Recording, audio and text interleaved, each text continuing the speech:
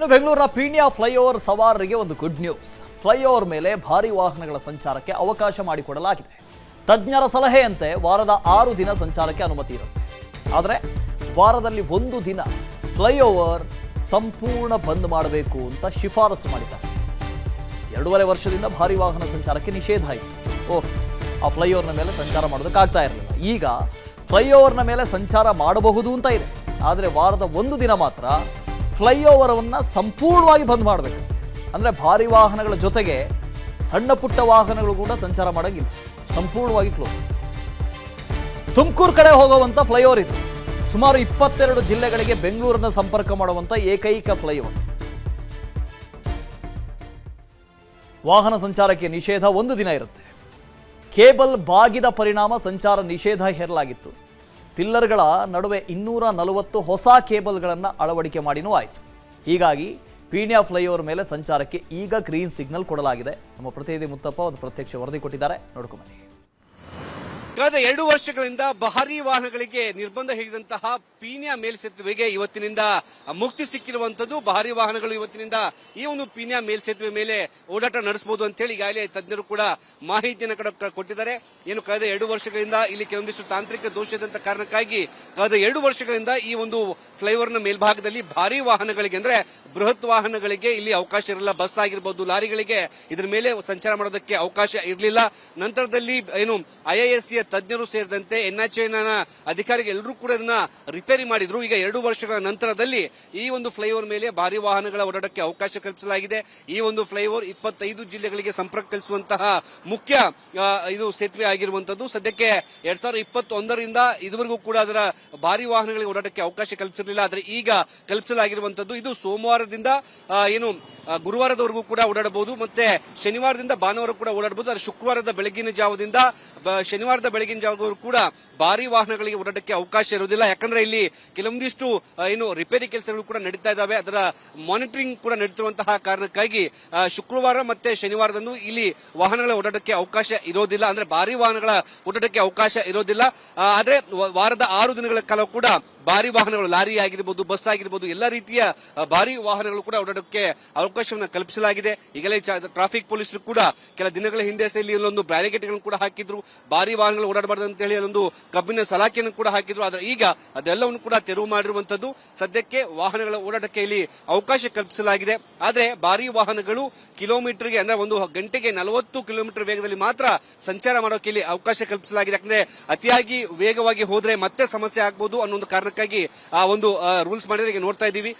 ಏನು ಖಾಸಗಿ ಬಸ್ಗಳಾಗಿರ್ಬೋದು, ಲಾರಿಗಳಾಗಿರ್ಬೋದು ಎಲ್ಲವೂ ಕೂಡ ಈಗ ಓಡಾಟಕ್ಕೆ ಆರಂಭ ಮಾಡಿದ್ದಾವೆ. ಸದ್ಯಕ್ಕೆ ಈ ಒಂದು ಪೀಣ್ಯ ಫ್ಲೈಓವರ್ನ ಮೇಲ್ಭಾಗದಲ್ಲಿ ಭಾರಿ ವಾಹನಗಳ ಓಡಾಟಕ್ಕೆ ಅವಕಾಶವನ್ನ ಕಲ್ಪಿಸಿರುವಂತದ್ದು. ಕಳೆದ 2 ವರ್ಷಗಳಿಂದ ಭಾರಿ ವಾಹನ ಸಂಚಾರಕ್ಕೆ ಇಲ್ಲಿ ನಿರ್ಬಂಧ ಹೇರಲಾಗಿತ್ತು. ಆದರೆ ಈಗ ಮತ್ತೆ ಆರಂಭವಾಗಿರೋದು ಭಾರಿ ವಾಹನ ಮಾಲೀಕರಿಗೆ ಮತ್ತೆ ಚಾಲಕರಿಗೆ ಖುಷಿ ಸುದ್ದಿ ಆಗಿರುವಂತದ್ದು. ಕ್ಯಾಮರಾ ಪರ್ಸನ್ ನಾಗೇಶ್ ಜೊತೆಗೆ ಮುತ್ತಪ್ಪ, ವಿಸ್ತಾರ ನ್ಯೂಸ್, ಬೆಂಗಳೂರು. ಇನ್ನು ಬೆಂಗಳೂರಿನ ಪೀಣ್ಯ ಫ್ಲೈಓವರ್ ಸವಾರರಿಗೆ ಒಂದು ಗುಡ್ ನ್ಯೂಸ್. ಫ್ಲೈಓವರ್ ಮೇಲೆ ಭಾರಿ ವಾಹನಗಳ ಸಂಚಾರಕ್ಕೆ ಅವಕಾಶ ಮಾಡಿಕೊಡಲಾಗಿದೆ. ತಜ್ಞರ ಸಲಹೆಯಂತೆ ವಾರದ 6 ದಿನ ಸಂಚಾರಕ್ಕೆ ಅನುಮತಿ ಇರುತ್ತೆ.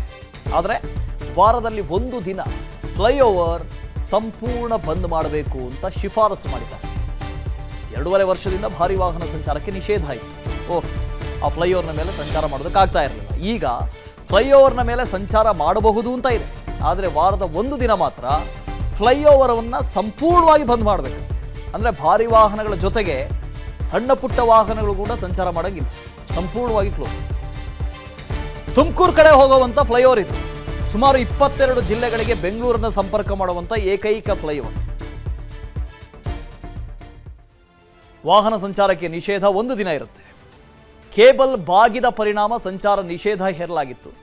ಪಿಲ್ಲರ್ಗಳ ನಡುವೆ 240 ಹೊಸ ಕೇಬಲ್ಗಳನ್ನು ಅಳವಡಿಕೆ ಮಾಡಿನೂ ಆಯಿತು. ಹೀಗಾಗಿ ಪೀಣ್ಯ ಫ್ಲೈಓವರ್ ಮೇಲೆ ಸಂಚಾರಕ್ಕೆ ಈಗ ಗ್ರೀನ್ ಸಿಗ್ನಲ್ ಕೊಡಲಾಗಿದೆ. ನಮ್ಮ ಪ್ರತಿನಿಧಿ ಮುತ್ತಪ್ಪ ಒಂದು ಪ್ರತ್ಯಕ್ಷ ವರದಿ ಕೊಟ್ಟಿದ್ದಾರೆ, ನೋಡ್ಕೊಂಬನ್ನಿ. ಕಳೆದ 2 ವರ್ಷಗಳಿಂದ ಭಾರಿ ವಾಹನಗಳಿಗೆ ನಿರ್ಬಂಧ ಹೇರಿದಂತಹ ಪೀಣ್ಯ ಮೇಲ್ಸೇತುವೆಗೆ ಇವತ್ತಿನಿಂದ ಮುಕ್ತಿ ಸಿಕ್ಕಿರುವಂತದ್ದು. ಭಾರಿ ವಾಹನಗಳು ಇವತ್ತಿನಿಂದ ಈ ಒಂದು ಪೀಣ್ಯ ಮೇಲ್ಸೇತುವೆ ಮೇಲೆ ಓಡಾಟ ನಡೆಸಬಹುದು ಅಂತ ಹೇಳಿ ಈಗಾಗಲೇ ತಜ್ಞರು ಕೂಡ ಮಾಹಿತಿಯನ್ನು ಕೊಟ್ಟಿದ್ದಾರೆ.